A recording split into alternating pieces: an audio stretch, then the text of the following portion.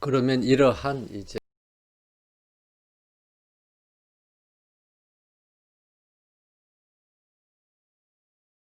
왜 그렇게 중요하냐 그러면 우리가 그 테이블을 설계하는 것, 그러니까 이론적으로 말하면 그 리레이션 스키마를 이렇게 정의하는 것은 그 리레이션에 속하는, 즉 테이블에 속하는 그 칼럼들, 속성들 사이에 함수 종속성을 정해주는 것하고 같다는 겁니다. 그러니까 다른 말로 하면은 우리가 함수 종속성을 정해주면 뭐가 결정이 된다는 거예요?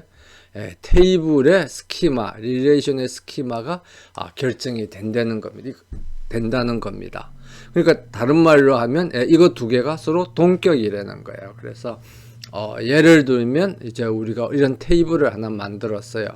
공급 테이블을 만드는데 주키가 공급자 번호이고 부품 번호이고 그 다음에 속성이 주소하고 공급량인데, 이렇게 테이블을 이제 설계를 하면, 스키마를 이제 정의를 하면 이것은 뭐하고 똑같느냐 하면 주소가 공급자 번호와 부품 번호에 대해서 함수적으로 종속이 되고, 공급량이 공급자 번호와 부품 번호에 대해서 함수적으로 종속이 된다고 정하는 것하고 같다는 겁니다.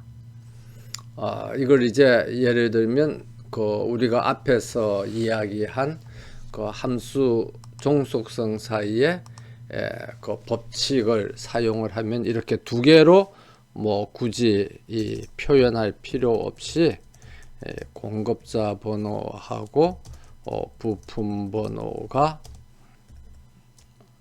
에 대해서 주소와 공급량이 이 함수적으로 종속된다. 이렇게 정의하는 것하고 동일하다는 거죠. 그러면 이렇게 정의한 것하고 요 테이블의 주키가 공급자 번호고 부품 번호고 속성이 주소하고 공급량이다 하는 것하고 동일하다는 거예요. 같다는 겁니다. 그럼 왜 이렇게 함수 종속성하고 속성들 사이에 함수 종속성하고 그 다음에 이 테이블의 스키마하고 의미하는 바가 동일하냐 그러면 이제 그것을 이제 하나하나 따져보면 다음 그 강의 자료에 있는 것처럼 주키라는 건 어떤 테이블에서 주키라는 건 뭐냐 하면 그 유일한 값이죠. 레코드가 하나 정해지는 겁니다. 그러니까 주키는 서로 같은 값을 가질 수가 없고, 그 다음에 어떻게 되는 거죠? 널 값도 가질 수가 없잖아요. 그래서 그런 것을 우리가 뭐 여러 번 이야기했습니다만은 그런 법칙을 뭐라고 이야기한다 그랬습니까? 개체 무결성 법칙이라고 그렇게 이야기한다고 그랬죠. 그래서 이제 주키가 하나 정해지면 뭐가 정해져요? 한 개의 레코드가 정해지는 겁니다. 그러면 그 한 개의 레코드 안에는 당연히 주키 값은 한 개만 있는 거죠. 왜냐 그러면 그 개체 무결성 법칙에 의해서 주키 값이 같은 레코드들은 두 개 이상 있을 수가 없기 때문에, 그러면 이렇게 한 개의 레코드가 정해지면 그 레코드를 구성하는 모든 속성들에는 값이 한 개만 저장이 되죠. 왜냐하면 그것이 RDB 관계형 데이터베이스이기 때문에, 관계형 데이터베이스는 각각의 칼럼에 대해서 값이 한 개의 레코드에 대해서 값은 하나만 이제 들어갈 수가 있잖아요. 그러기 때문에 주키의 값이 한 개 정해지면 각 테이블을 구성하는 속성들의 값이 한 개로 정해져요. 이제 됐죠? 그러기 때문에 각 속성들의 값은 뭐에 대해서 함수적으로 종속이 돼요? 한 개로 정해지니까 주키 값에 대해서 함수적으로 종속이 됩니다. 그러니까 다른 말로 하면 각 테이블의 속성들과 주키 사이에는 함수 종속성이 성립한다는 겁니다.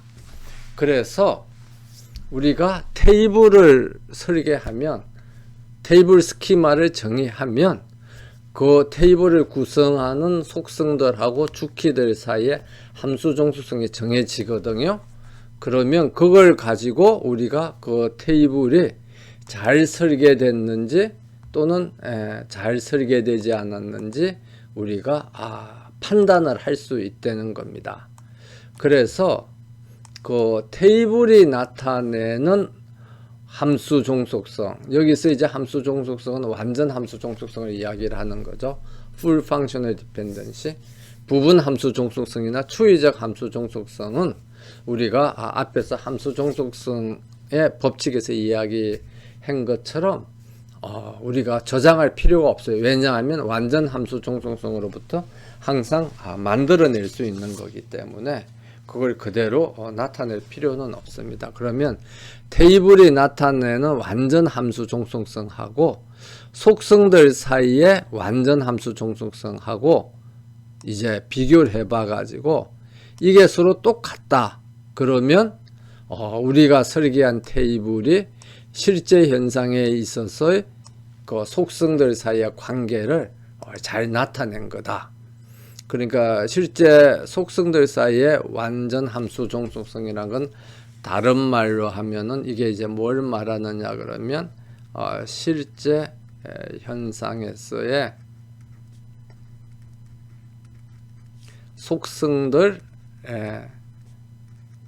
사이의 관계를 나타내는 겁니다. 그러니까 실제 현상들 사이에 이 속성이라는 게 결국 데이터죠. 데이터니까 데이터들이 나타내는 관계, 연관성을 이 테이블이 완전히 잘 나타내느냐 하는 거예요. 완전히 잘 나타내면 잘 설계한 데이터베이스가 되는 거고, 이게 잘 나타내지 않으면, 이렇게 같지 않으면 잘못 설계한 테이블들이 되는 것입니다.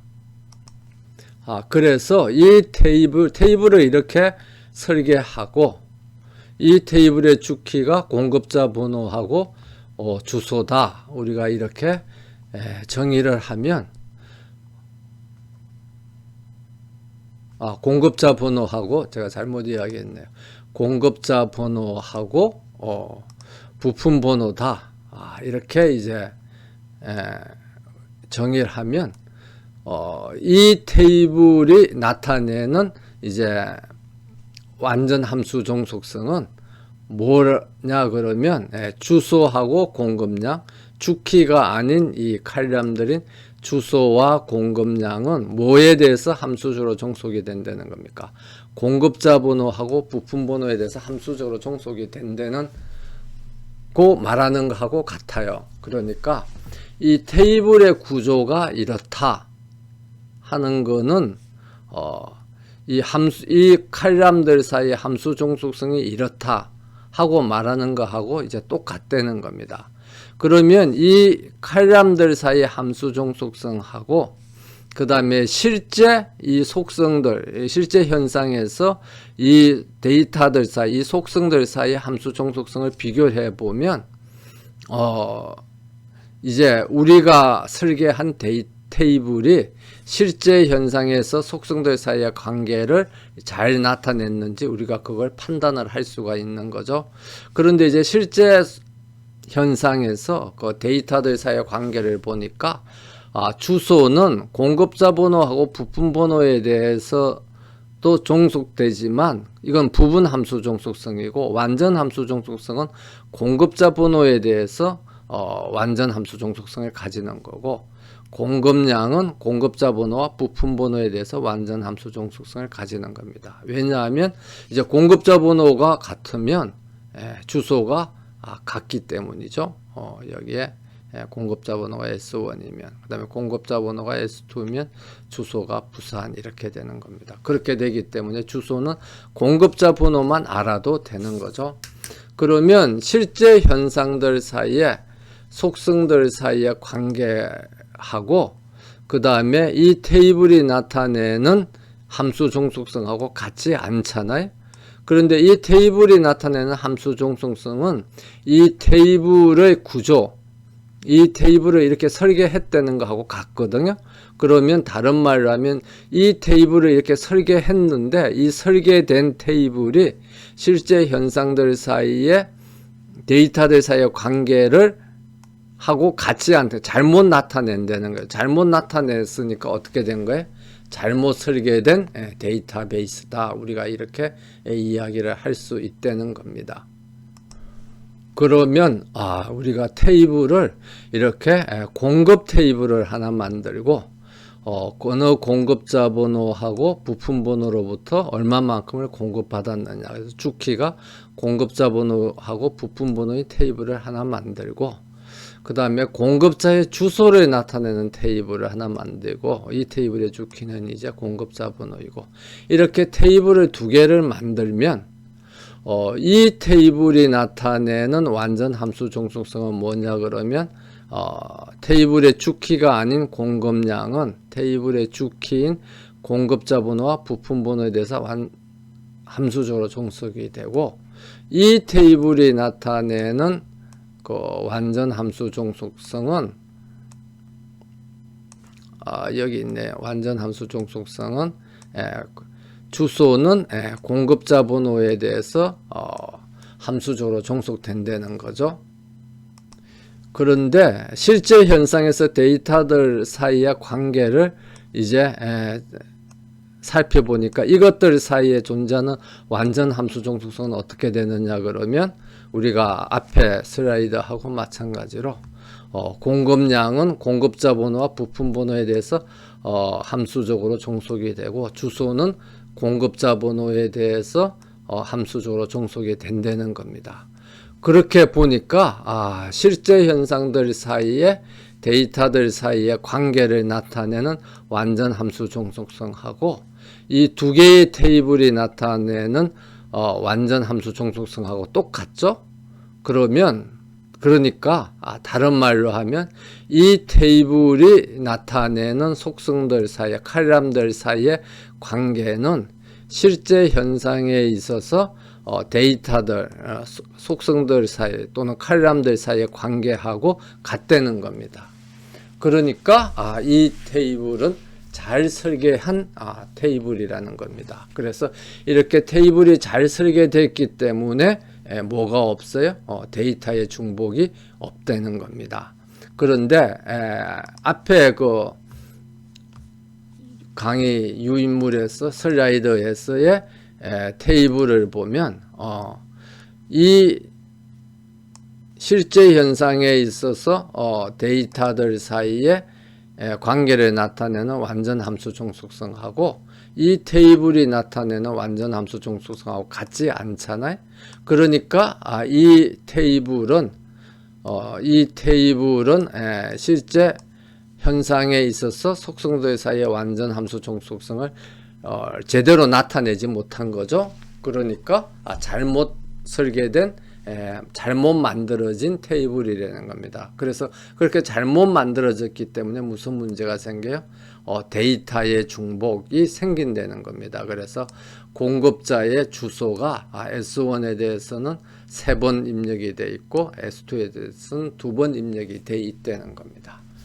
그래서 우리가 지금 살펴본 것처럼 이 속성들 그러니까 칼럼들 또는 뭐 쉽게 말해서 데이터들 사이의 관계, 즉 완전 함수 종속성을 제대로 잘 나타내는 또 그런 그 테이블들을 만들면 우리가 데이터의 중복이 없는 아주 잘 설계된 테이블을 이제 만들 수 있다는 거죠.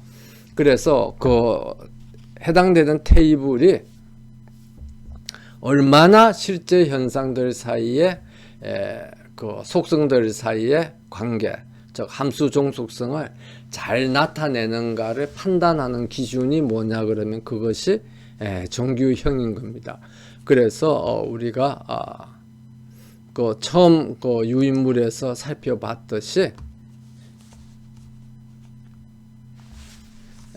정규형을 뭐 제1 정규형, 제2 정규형, 제3 정규형, 뭐 그다음에 제4 정규형, 뭐 제5 정규형 이런 것들도 있다고 그랬죠.